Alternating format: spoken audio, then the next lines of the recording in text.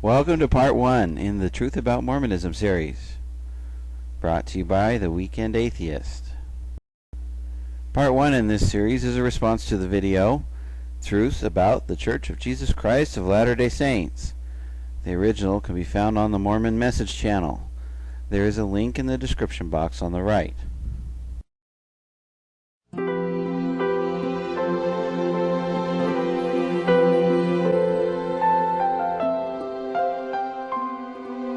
I wish to state categorically that this church has nothing whatever to do with those practicing polygamy. The church's claims that we don't practice polygamy and have nothing to do with those who do practice polygamy are only partially true. The truth is, both polygamy and polyandry were practiced by Joseph Smith. He married both single and married women. Many of those married women had living husbands and continued to live with those husbands even though they were married to Joseph Smith. The practice of polyandry faded as the saints moved west, but polygamy was widely practiced and remains doctrine even to this day. The truth is, while multiple concurrent marriages, including cohabitation, have not been practiced since the early 1900s by the mainstream LDS Church, a Mormon man can be sealed to multiple wives if his first wife dies or they are legally divorced. For those not familiar with the LDS version of marriage, being sealed in the temple is an eternal marriage that lasts beyond this life. So one could actually be divorced from someone but still be sealed or eternally married to them. Many members today leave the LDS Church to join splinter sects because the LDS Church keeps the doctrine of polygamy but publicly denies the practice thereof.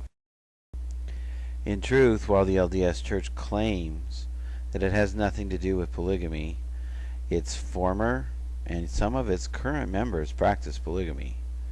Its doctrine is based in polygamy, and they teach that in the next life you'll be sealed, if you're a man, to more than one wife, and that's part of salvation.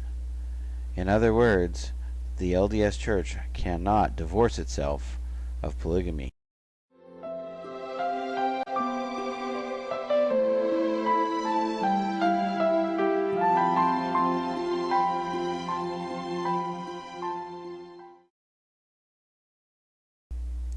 The truth is, the Church's claim that it has 13 million members is exaggerated.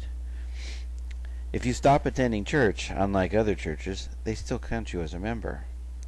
If you ask to be taken off the records, they still count you as a member. If you ask to never be contacted again, they still count you as a member. If you die and don't let them know, they still count you as a member until you're 110 years old. If you're born to LDS parents and never actually get baptized or officially join, they count you as a member. Once you're in, no matter what you do, they count you as a member. And if they don't get you in this life, they'll get you in the next.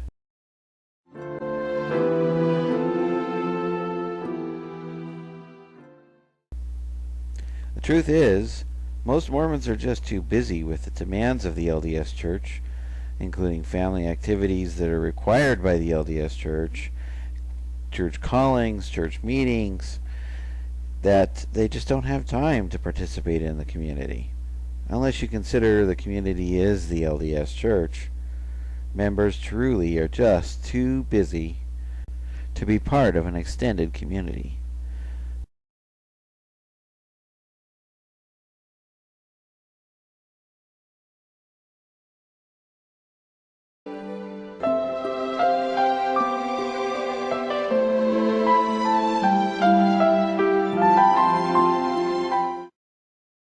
truth is, the church didn't emphasize this point very much.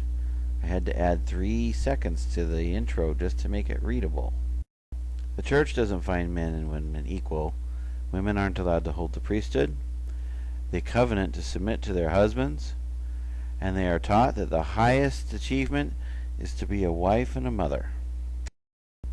Sadly, a woman with professional aspirations can even be ostracized by the LDS Church, or at least by its members.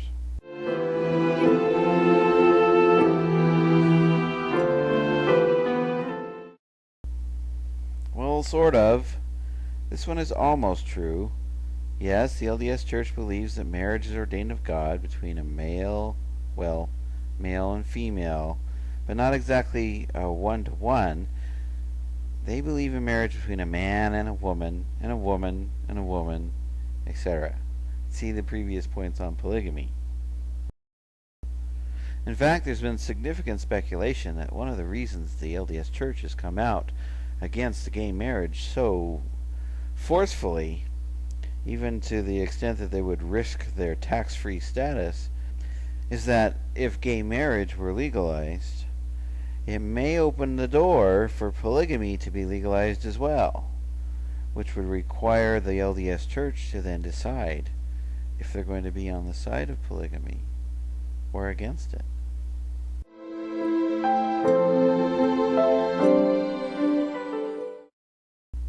The truth is, only a fraction of a percent of the actual monies donated to the church go to humanitarian causes. Most of what is perceived as LDS Church humanitarian efforts are actually funded by very wealthy Mormons. And while the church's PR and media coverage may make it seem like they're active in the area of humanitarian aid, the LDS Church definitely doesn't lead the pack as far as humanitarian efforts go. Thank you for watching this installment of The Truth About Mormonism.